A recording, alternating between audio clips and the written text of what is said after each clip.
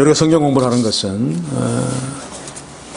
성경 내용을 잘 알아 제대로 잘 순종해서 하나님께 복받자라고 하는 것이 아니라 하나님을 더 깊이 알기 위해서입니다. 그래야지 제대로 믿을 수 있죠. 믿는다는 것은 순종하는 것을 말합니다. 믿는 것 따로 순종하는 것 따로 있는 것이 아니라, 그래서 개인적으로 성경을 읽을 때도 마찬가지고 설교 앞에 설 때도 마찬가지고 항상 가장 먼저 질문해야 되는 것이 하나님께서 이 말씀을 통해서 나에게 하나님의 어떤 모습을 보여주는가를 가장 중요시 여겨야 됩니다. 그래서 이 성경 말씀을 통해서 하나님을 놓쳐버리면 교회는 필히 인본적으로 갈 수밖에 없습니다. 인본적인 교회가 되면 반드시 계급이 생깁니다. 더 뛰어난 성도가 있고 덜 그런 사람이 있고, 그러면 경쟁이 붙죠. 사람은 원래 1등이 되고 싶어 합니다. 겉으로는 지체를 사랑한다 그러면서 사실은 경쟁자가 됩니다. 1전도회, 2전도회, 성가대 다. 성가대도 여러 성가대가 있죠. 그렇죠? 서로 막 다른 성가대로 잘하려고. 그러면 열심히 생깁니다. 이겨야 되니까. 그러면 교회가 부흥하는 것처럼 보입니다. 그러나 그것은 하나님의 은혜, 다시 말해 하나님이 원하시는 것과 정반대의 참 비극적인 모습입니다. 그런데 교회마다 이런 것들이 판을 치고 이런 교회가 성령 충만하고 부흥하는 교회라고 이야기합니다. 제가 농촌교회 있을 적에도 가보니까 계급이 있어요. 제가 나올 때 장로님 한 분을 뽑았습니다만 한쪽에서 내가 되어야 되는데 이 사람이 됐다는 겁니다. 그 이전까지 보면 계급상으로 이 사람이 가장 인정받는 사람인데 이 사람이 됐다는 거죠. 밖에 있는 장로님들도 저 사람은 장로 되면 안 되는데 믿음이 별로 없다. 그런데 지금 와서 보면 다 인정을 하죠. 제 생각에는 1, 2년 동안 하나님의 말씀을 잘 배웠기 때문에 성도들이 바르게 판단하고 이 사람을 뽑은 겁니다. 그냥 같으면 이 사람을 뽑았겠죠. 이게 보통 문제가 아닙니다. 초대형 교회일수록 계급이 아주 무섭게 있습니다. 그것도 표 안 나도. 저는 우리 교회도 있을까 봐 참 겁나는데, 제가 빛과 진리의 교회가 그 비극의 한복판에 있는 교회인데 그 목사가 노회에서 얘기하는 것을 보고 저 목사가 자기 교회를 인본주의 교회로 만든 죄가 얼마나 큰지, 얼마나 심각한 죄를 저질렀는지 모르고 있다. 인분 먹이는 거, 먹는 건 내가 한 것 아니라는 거. 그냥 자기들끼리 알아서 한 거다. 그런데 왜 그런 짓들을 하는가 하면 스스로 했을 수 있습니다. 순교를 해야 되는데 똥 같은 것도 못 먹으면 어떻게 순교하냐. 훈련이라는 겁니다. 이게 뭡니까? 똥 먹는 훈련을 하면 순교할 수 있다는 거죠. 자, 그런데 똥을 몇 바가지 먹는 훈련을 해도 순교의 자리에서 성령이 역사하지 않으면, 도와주지 않으면 절대로 순교 못합니다. 훈련은 이런 것을 말하는 게 아닌데, 똥 먹은 사람은 계급이 하나 더 높아집니다. 믿음이 더 좋으니까. 그래서 막 서로 경쟁하니까 교회가 막 2,000명, 3,000명 막 커지는 것처럼 보이죠. 그 목사가 대단한 것처럼 보입니다만 철저하게 사탄의 교회로 가고 있는 겁니다. 이것을 피하려면은 그냥 우리가 결심해서 될 것이 아니고 하나님의 말씀을 대할 때마다 너무너무 크신 하나님을 만나는 수밖에 없습니다. 만난다는 것은 어떤 하나님의 실체 앞에 선다, 그런 어떤 감각적으로 체험하는 것이 아니라 하나님을 아는 것입니다. 지금 여기 계신 하나님을 좀 더 알아가는 거죠. 그런 관점에서 성경 공부는 굉장히 중요한데 오늘 말씀도 참 중요합니다. 그래서 제가 프린트를 해서 내어드렸는데 난해한 본문도 있고, 이제 보통은 문제만 해서 좀 애매한 것들은 문제 밑에,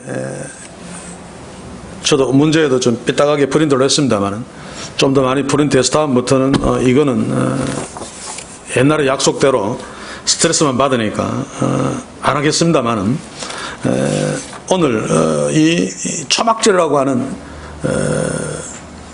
명절이 배경이 되어져 있고, 또 예수님이 하신 말씀이 복음의 핵심 내용이 누구든지 목마르거든 내게로 와서 마시라. 그 다음에 보겠습니다만은 8장 12절에 가서 보면 나는 세상의 빛이다, 이런 중요한 말씀들인데 초막절이라고 하는 배경을 모르면 이 말씀들의 그 중요한 의미들을 100% 이해할 수 없습니다. 그래서 한참 되었습니다만 코로나19 때문에 초막절에 대해서 의기 가지고 공부를 했었죠. 공부를 한 이유가 오늘 우리가 볼 말씀을 보다 잘 이해하도록 하기 위함입니다.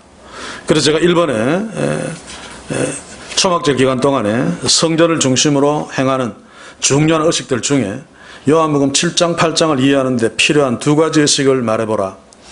자, 첫 번째는 요한복음 7장 38절 39절입니다. 그렇죠? 무슨 말씀입니까? 누구든지 목마르도 내게로 와서 마시라. 나를 믿는 자는 성경의 이름과 같이 그 배에서 생수의 강이 흘러나리라. 물 이야기를 하죠. 목마르거든 내게로 와서 마시라. 이게 물 이야기입니다. 그리고 쭉 내려가서 8장 12절에 보면 나는 세상의 빛이니 나를 따르는 자는 어둠에 다니지 아니하고 생명의 빛을 얻으리라. 자, 이 두 가지 말씀이 초막절을 배경하고 있다 그 말입니다. 지난 시간에 공부했던 거 오늘 우리 1페이지에 초막절 기간에 물 붓는 의식만 제가 다시 또 쭉 적어 놓았습니다만 한번 읽어보시고 초막절 날 일주일 동안 하는 중요한 핵심 의식은 물 의식입니다.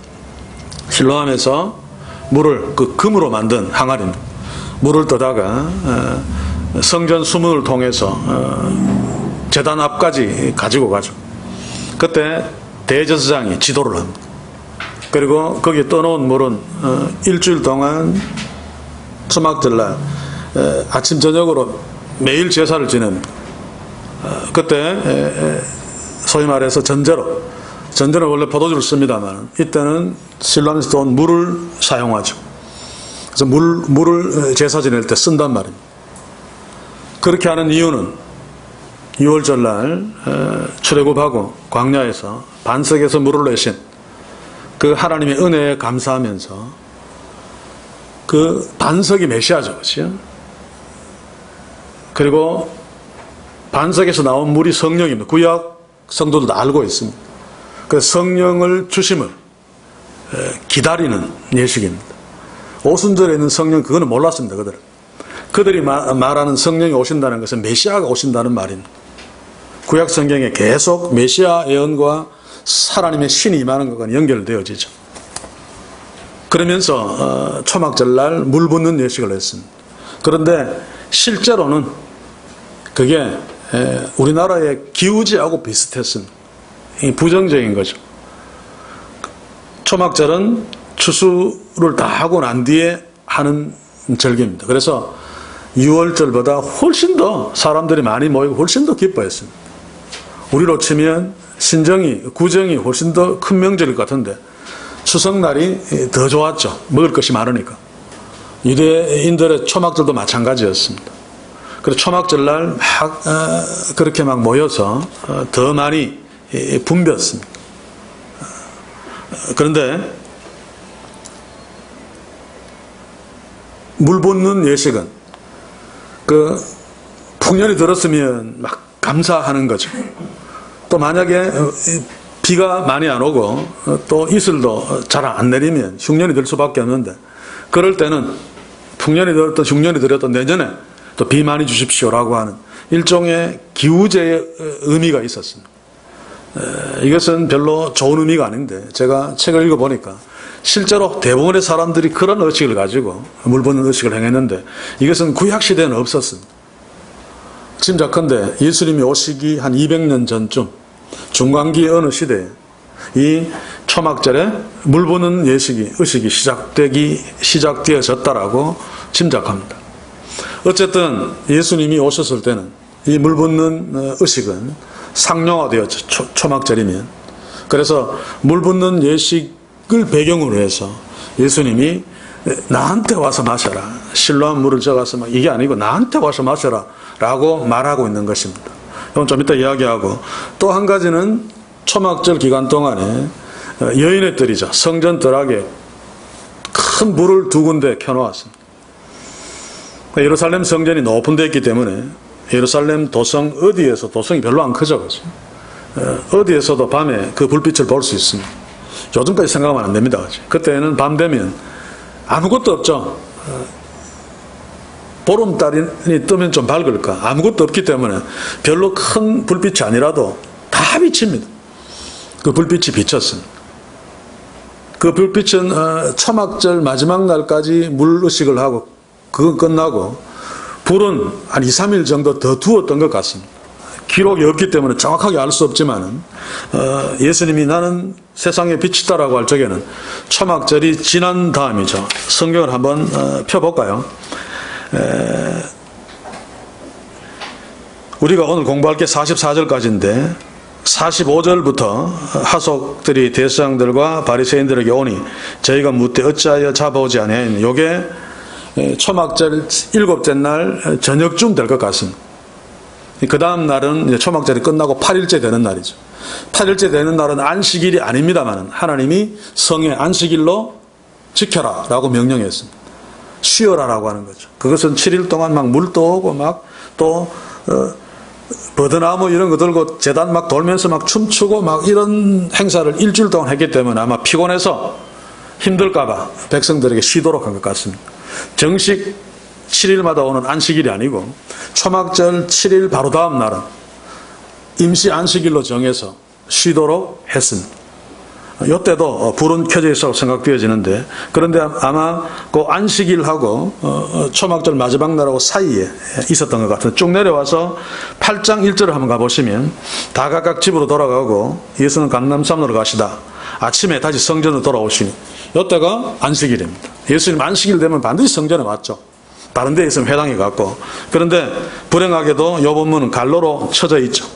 우리가 잘 아는 가늠한 여인 돈으로 쳐지기는 장면인데 이 부분은 갈로로 쳐진 이유가 헬라어 원문에는 없다.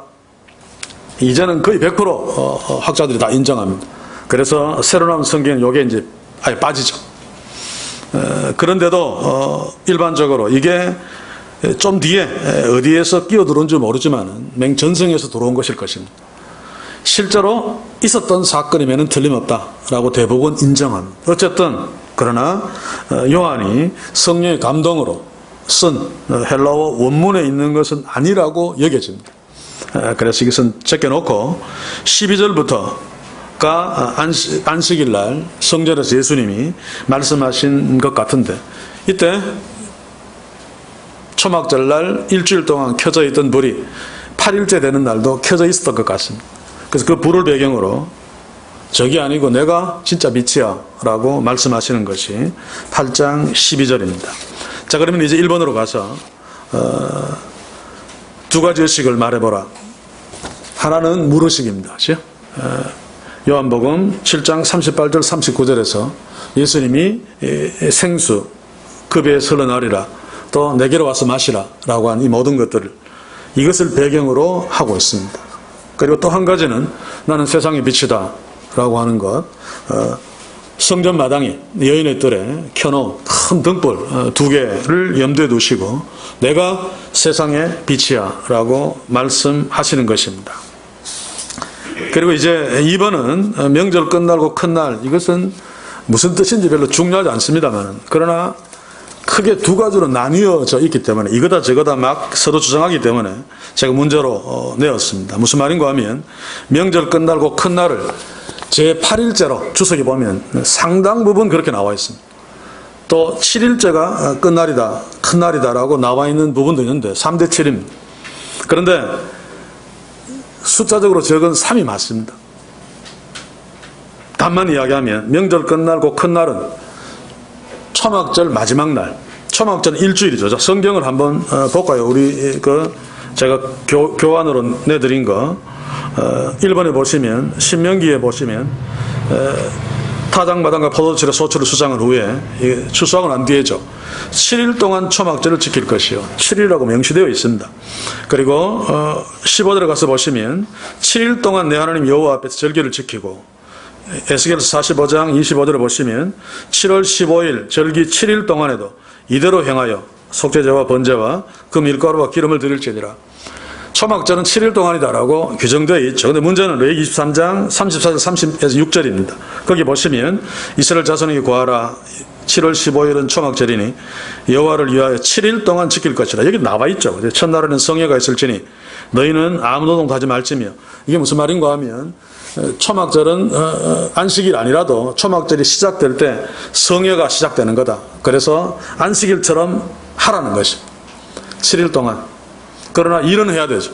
물 나르고 이런 것들은 다 하는데 안식일 동안 다른 노동 아무것도 하지 말고 안식일 날 제사하는 것처럼 하나님께 화제 드리고 하라. 그리고 8일 애도는 뭡니까? 초막절 기간은 아닙니다. 그래서 8일 애도죠. 7일간 끝나는데 8일에도 너희에게 성회가 될 것이며 7일날 끝났다고 해서 그냥 다 끝난 게 아니고 8일날도 안식일처럼 하루를 쉬면서 성회로 지켜라. 일종의 7일 동안 연것에 대한 마무리, 반성, 그런 것일 수 있고, 제가 보기에는 7일 동안 막 노동하고 막 춤추고 잠도 안 자고 막 그랬으니까 8일째 되는 날은 좀 쉬도록. 이 날은 정식 안식일은 아닙니다.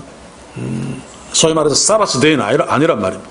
그럼에도 불구하고 안식일로 지켰는데 바로 이것 때문에 제8일에도 너희에게 성회가 될 것이며 이걸 가지고 초막절의 끝날은 8일이다.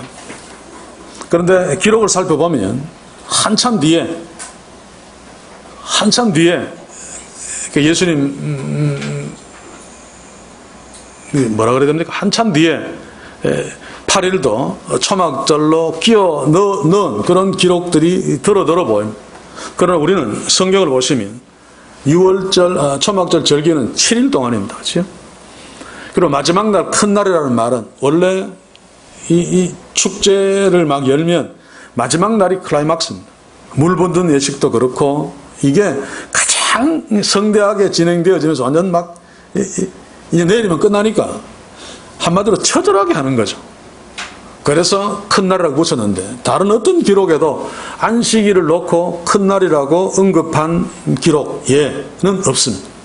그래서 중요한 것은 아닙니다만 명절 끝날 그 큰 날은 초막절의 마지막 7일째 물 부는 의식하고 사람들 막 돌면서 춤추고 이런 것들이 클라이막스에 당한 그때입니다. 그래야지 예수님이 너희들은 내게로 와서 마시라라고 하는 이 예수님의 말씀과 잘 어울리죠. 무슨 말인가 하면 한쪽에서는 막 물 부는 예식이 막 진행되어집니다. 그런데 예수님은 한쪽 편에 서서 나한테로 와서 마셔라라고 이야기합니다. 제가 문제는 내지 않았습니다만은 거기 이 페이지에 보시면 예수께서 서서 외쳐라고 하는 부분을 설명해 놓았는데 서서라고 하는 것은 예수님이 랍비로서 가르치면 앉아서 보통 내게로 와서 마시라 내가 뭐야 라고 설명하는데 예수님이 서 계셨는데 이 헬라어 원문을 보시면 놀랍습니다. 서서는 완료입니다. 완료. 외쳐는 과거입니다. 단순 과거입니다. 시제가 서서가 더 빠른 거죠. 고대 언어에서 이렇게 시제를 정확하게 짚어내는 거예요. 이게 뭔가 하면 예수님은 외치기 전에 이미 서 계셨다는 겁니다.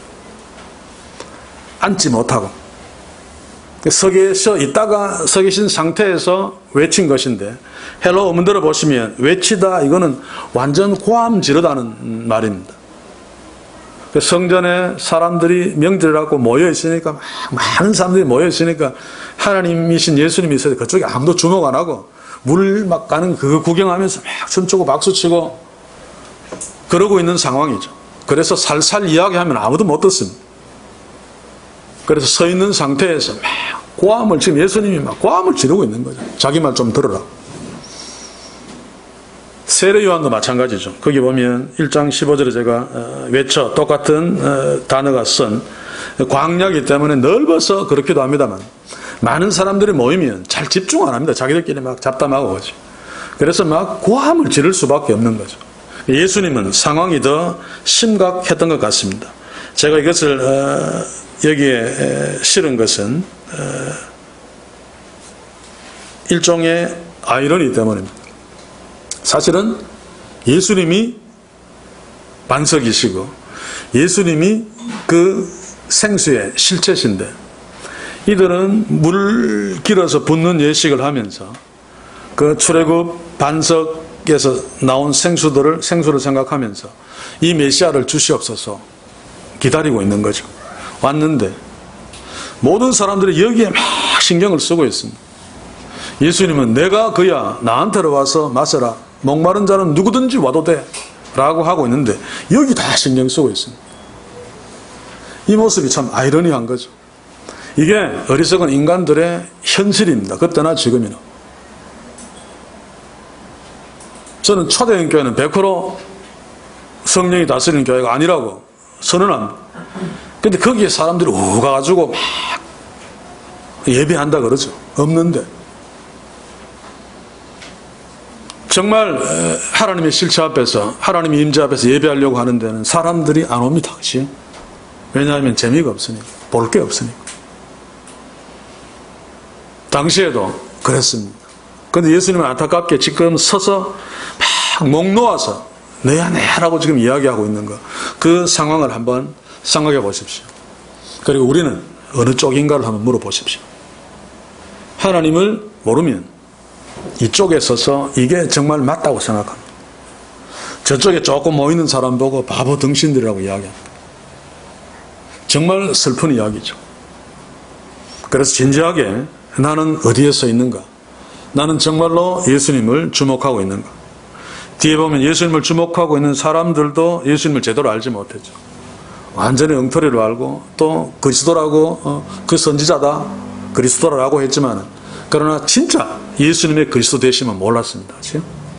물론 계시는 점진적이기 때문에 십자가 이전에는 그 시대 사람들은 알 수가 없습니다만 어쨌든 안타까운 일인데 오늘 이 시대에도 말씀 앞에 서 있고 예수님 앞에 서 있고 다 그리스도를 고백하고 막 찬송 부르고 막 눈물 흘리고 하지만 정말 그리스도 예수 그리스도를 진짜 그리스도로 알고 고백하고 그를 예배하는 자가 과연 얼마나 되겠는가라고 하는 질문도 할 필요가 있죠. 시간이 너무 많이 갔는데 그냥 갑시다. 2번 됐고 3번은 누구든지 목마르던 내게로 와서 마시라 는 예수님의 말씀으로 유대인의 선민사상과 관련하여 하나님의 구원의 범위와 자격을 설명해보라. 나중에 이 부분을 한번 읽어보시고 누구든지가 중요합니다. 복음의 성격입니다. 자, 이것은 유대인의 선민사상을 깨뜨리는 겁니다. 유대인들은 누구든지가 절대로 아닙니다. 우리만입니다. 아브라함의 후손 우리만. 거기다가 아브라함의 후손이라도 세리도 안 되고 창기도 안 되고 또 사마리아인은 더더욱 안 되고 이방인은 두말할 것도 없고 우리만 하나님이 주시는 그 생수를 마실 수 있다죠. 그런데 예수님은 누구든지. 그런데 이것이 예수님이 그때 일방적으로 선언한 것이 아니고 구약에서도 계속 그러고 있습니다. 사실은. 그래서 이사야서 55장 1절을 보시면 거기에 나와 있죠. 55장 1절 너희 목마른 자들아 라고 하는 여기에도 보면 히브리어 원문대로 보시면 너희 목마른 자 모두 다 내게로 오라. 모두가 있습니다. 목마른 자이면 누구나 다 합니다. 그런데 유대인들은 이상하게 선민사상을 만들어냈죠. 그렇지? 만들어내서 목마른 자들 중에 유대인들만 아브라함의 후손들만 율법을 잘 지키는 자들만 우리만 하나님의 백성이다라고 제안해 놓았죠. 이것은 복음이 아닙니다. 그러니까 이게 오늘 제가 서두에 시작하면서 이야기했듯이 교회 안에도 만연되어 있다 그 말입니다. 선민사상. 은근히 계급을 만들어서 경쟁 붙여서 목회자의 욕심을 채우는 교회를 크게 키워서 그러니까 제가 이 부분을 굉장히 심각하게 생각하는 것은 제가 교육전사로 있을 때 주변에서 최고의 교육부를 부흥시키는 자로 인정받았습니다. 그래서 강습회 할 적에 다 목사들이 교사 강습회 하죠. 그럼 저는 불려갔어요. 그런데 간단합니다. 학생부 안에서 숙제를 주고 과업을 주고 결과에 대해서 잘한 사람을 공개적으로 칭찬하고 상을 줘야 돼요. 그리고 못한 사람은 공개적으로 위로해 줘야 돼요. 공개적으로 왜 위로하는 줄 아십니까? 부끄러움을 주기 위함입니다. 그래서 계속 진행시키면 경쟁이 아주 무섭게 붙게 되어 있습니다. 그러면 불어나게 되어 있습니다.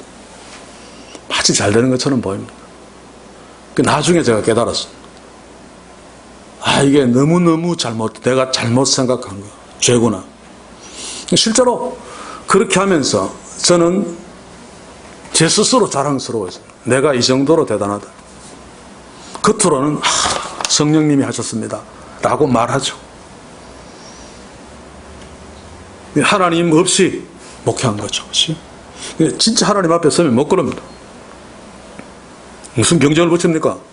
계속 하나님을 보도록 가르치고 애써야 되죠. 근데 그게 잘 안 되죠. 그렇죠? 나도 잘 안 되는데 한 다리 건너서 잘 됩니까?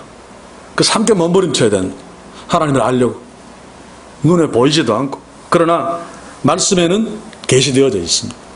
그런데 이것 안 보면 하나님 결코 알 수 없죠. 자, 누구든지 바로 이것이 하나님께서 원하시는 범위입니다. 범위. 그래서 구약성경도 보시면 쭉 있죠. 그런데 문제는 뭡니까? 누구든지인데 내게로 와서 마셔라 라고 했을 적에 그 말을 듣고 와서 마시는 자만 구원받습니다. 그렇죠? 이게 만인 구원설의 바탕이 되지 않습니다. 하나님은 죄인들도 저주받는 것을 싫어하고 세계 만민 모두가 다 구원받기를 원하십니다. 성경에도 나와 있죠. 그게 원하시지만은 그래도 불구하고 하나님은 구원의 통로를 만들어 주셨습니다. 예수 그리스도를 통해서만 들어올 수 있도록. 나로 말미암지 않고는 아버지께로 올 자가 없느니라. 그게 하나님이 만들어 놓으신 구원의 방법입니다. 그래서 그 방법을 통해서 마실 수 있죠. 누구든지 다 마실 수 있지만은 마시기를 하나님이 원하시지만 내어놓은 조건, 그게 바로 십자가입니다. 이것도 누구나 다 할 수 있는 거죠. 그렇죠? 돈으로도 안 해도 되고 노력도 아니고 그냥 하나님의 은혜로 되는 것 받아들이면 되니까. 물론 궁극적으로는 하나님의 예정 안에 있는 자만이 할 수 있습니다만 그것은 다르게 또 접근해야 되죠. 여기에서는 인간 눈으로 보이는 부분에서 설명한다면 다 구원받기를 원하지만은 예수님의 말씀을 듣고 예수님께 와서 그 물을 마시는 자만 구원받을 수 있습니다. 자, 이제 문제는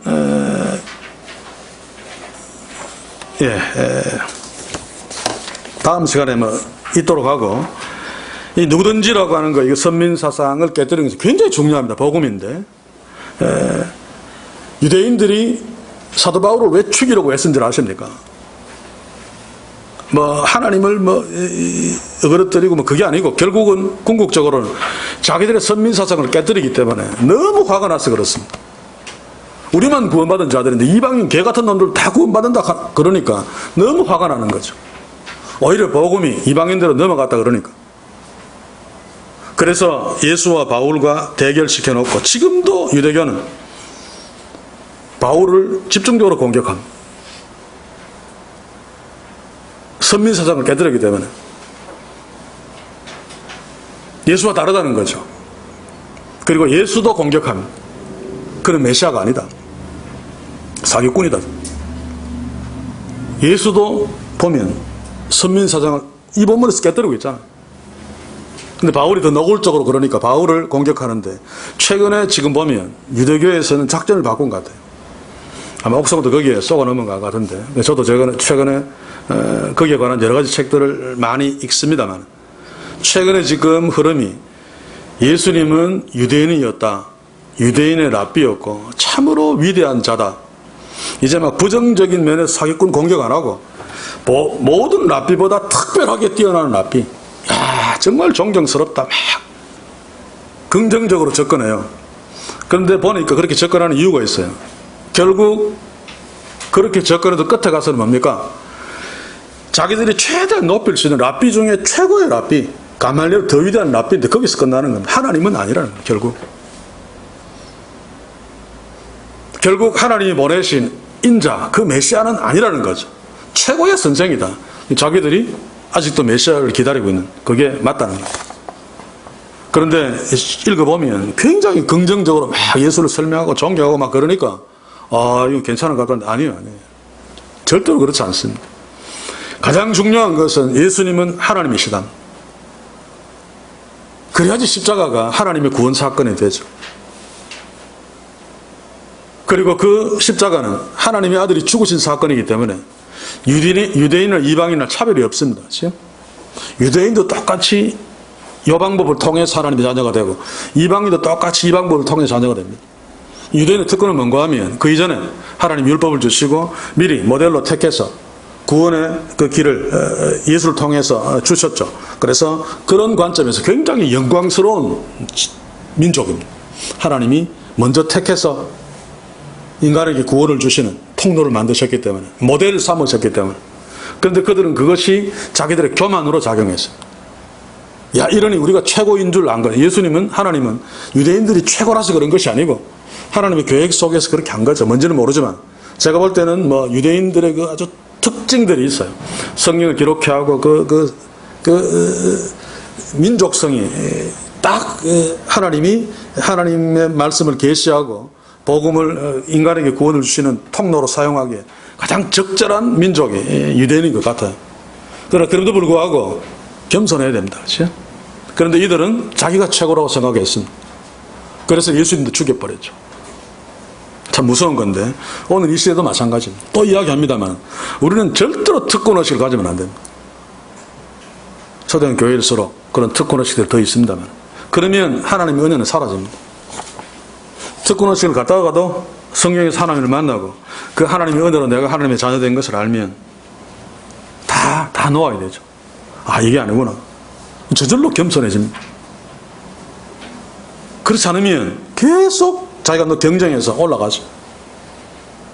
하나님께 더 인정받으려고.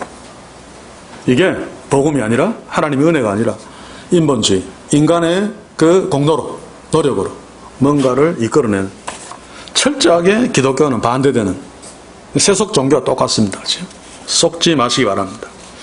자, 그러면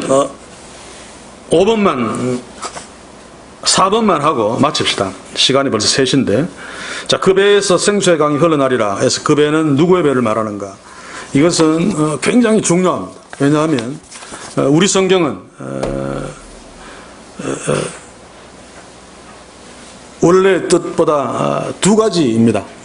우리 성경을 한번 읽어볼까요? 우리 성경 그대로 보면 누구든지 목마르던 내게로 와서 마시라. 마침표 짓고 나를 믿는 자는 성경의 이름같이 그 배에서, 나를 믿는 자의 배에서 생수의 강이 흘러나리라. 요겁니다. 요거. 자, 그런데 헬라어 원문은 구두점이 없습니다. 그렇죠?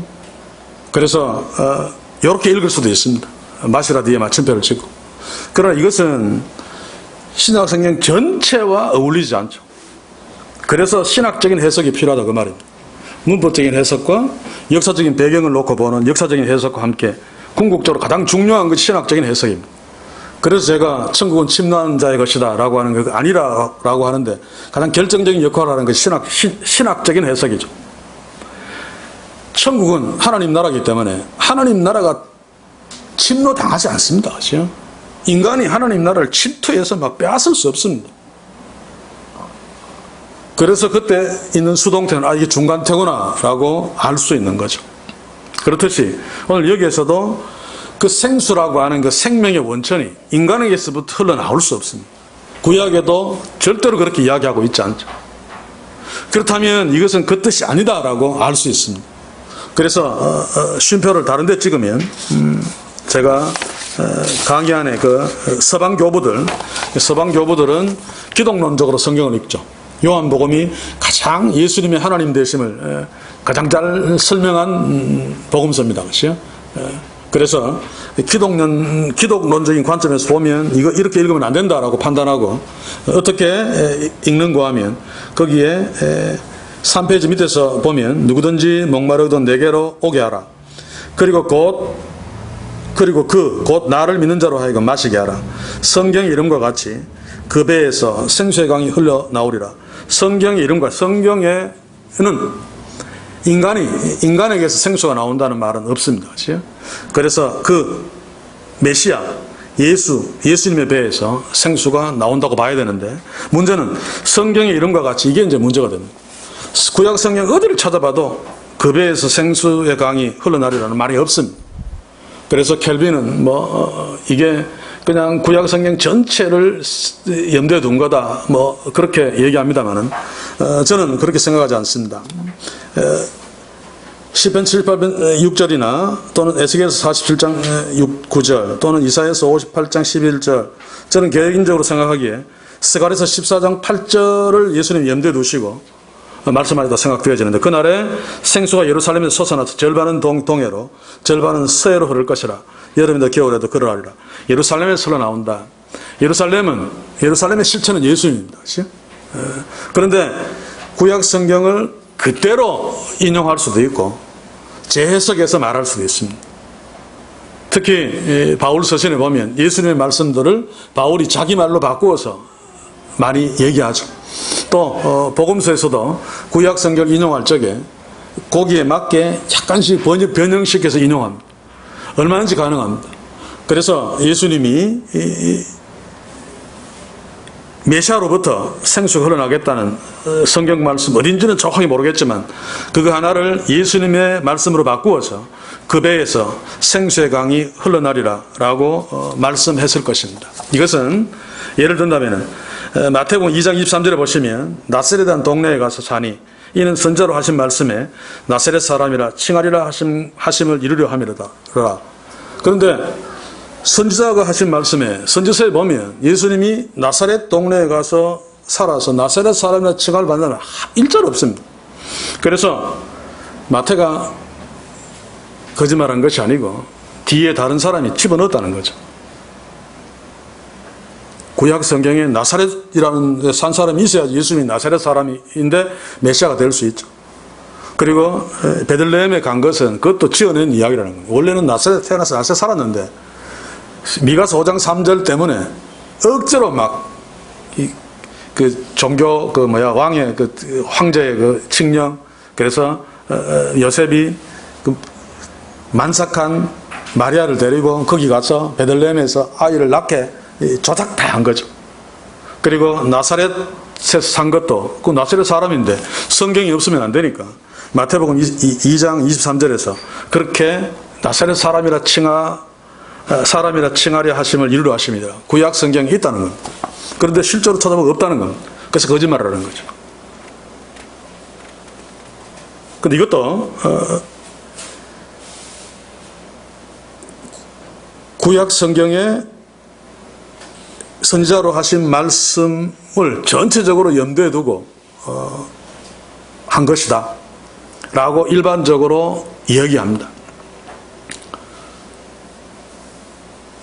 그런데 선지자에 보시면 그 메시아에 대한 설명들이 있죠. 특히 이사야서에 보면 볼품도 없고 그리고 막 천대받고 그죠? 죽임당하고 이사야서 53장에 보면 나오잖아요. 그러니까 이런 부분들을 놓고 나사렛 사람이라 칭한다라면 나사렛이 묘합니다. 이름은 거룩한 곳입니다. 거룩하다라는 뜻입니다. 굉장히 예수님이 나시기 오래전에는 정말 존경받았던 동네죠. 그런데 이제 아수르가 침공하고 바벨론이 침공하고 막 그러면서 북쪽 그리고 한참 뒤에 이제 헬라 문화가 막 들어오고 해서 북쪽 지역이 완전히 그냥 이방화되고 함으로 나사렛을 굉장히 쌍놈들이 운거한 것으로 막 멸시하기 시작했습니다. 예수님이 딱 그렇잖아요. 거룩하다라고 하는 분이신데 아주 천대를 받는 나사렛이라고 하는 이미지와 똑같습니다. 그런 관점에서 접근할 필요가 있죠. 이 성경을 사기로 기록했다면 이런 말을 절대로 여기에서 넣지 않습니다. 바보가 아닌 이상. 구약성경에 없는 거 뻔하게 다 아는데 선지자로 하신 말씀에 나사렛 사람이라 칭하리라 하심과 같이 이런 말을 누가 써놨으면 바보같이. 옥성호가 마음대로 비판할 수 있도록 이런 걸 뭐한테 써놓습니까? 그렇다면 안 써놓지 차라리. 그런데 고대 사람들의 이런 말들을 우리식으로 이해하면 곤란합니다. 상징적인 의미들이 있죠. 그래서 나사렛이라고 하는 지명을 보면 이 선지자들이 계속 메시아를 그릴 적에 정말 거룩하신 하나님의 메시아인데 겉으로는 뭐 순이 나왔나 보잘것없는 그런 모습에 가장 적절한 게 나사렛이라고 하는 이 동네입니다. 그래서 나사렛 사람이라는 것이 바로 이것을 의미한다라고 보시면 되겠죠. 그렇듯이 오늘 여기 성경 이름과 같이 그 배에서 생수의 강이 흘러나리라, 그 배에서 생수의 강이 흘러나리라는 말이 구약 성경에 없다라고 너무 심각하게 생각할 필요가 없단 말입니다. 비슷한 성경 내용들이 구약에 많죠, 그지? 예루살렘에서 물이 흘러나온다. 그걸 똑같은 내용을 다르게 표현한 것뿐입니다. 그래서 별 문제가 없죠. 자, 나머지는 다음 시간에 하도록 하겠습니다. 강의하는 가져가서 좋고 문제지도 다음 시간에 할 적에 제가 다시 프린트를 할 테니까 그냥 다 가져가셔서 집에 가서 성경을 펼쳐놓고 제가 준 강의안을 꼭 한번 읽어보시기 바랍니다. 그 안에 필요한 성경 구절들은 다 그냥 소개를 해놓았습니다. 성경책을 다른데 일부러 펼치실 필요 없이 요한복음 7장을 펼쳐놓고 같이 읽으면서 보시면 몰랐던 것들이 들어 있을 것입니다. 그러나 꼭 알아야 되는 것인데 모르고 그냥 지나가는 것 꼭 한번 살펴보시고 다음 시간 언제가 될지 모르겠습니다만은 헌신예배가 다 끝나면 7월 달쯤 되면 아마 이어서 공부할 시간이 있을 것입니다. 한 가지만 오늘 공부할 것을 놓고 기도합시다. 예수님은 하나님이십니다. 그리고 그분은 반석이시고 그분으로부터 생명이 흘러나오죠. 그래서 오전에 본 것 같이 그분의 말씀대로 그분에게 와서 생수를 마시면 그분을 구원자로 인정하고 믿고 받아들이면 예수께서 말씀하신 대로 그의 배에서 생수의 강이 흘러날 것입니다. 그것은 입증될 수 있습니다. 성령이 우리 속에 와 계시죠. 예수께서는 성령을 통해서 계속해서 우리에게 생수의 강을 흘러보내주십니다. 주님 오시는 그날까지, 아니 영원토록. 그래서 우리는 영원한 생명을 소유한 자고 영원토록 언제든지 하나님의 자녀입니다. 우리 속에서 예수께서 성령을 통해서 약속하신 대로 생수의 강을 계속 흘러보내 주시기 때문에 이 사실은 우리가 감지할 수 있는 게 아닙니다. 느낄 수 있는 게 아닙니다. 차고 뭐 이런 게 아니고 말씀하셨으니까 그렇다라고 우리가 알아야 되죠. 알고 잠깐 기도하면서 내가 순간순간 힘들 때마다 내 속에서 예수께서 성령을 통해서 나한테 생수의 강을 계속 흘러나게 하신다라고 하는 것이 떠올려지게 하셔서 낙심할 자리에서 낙심하지 아니하고 우리의 생명의 근원 대신 예수 그리스도를 의지하고 붙들고 넉넉히 일어서서 계속 주님 가신 그 길을 걸어갈 수 있도록 주여, 주의 성령이여 축복해 주시옵소서. 한번 기도합시다.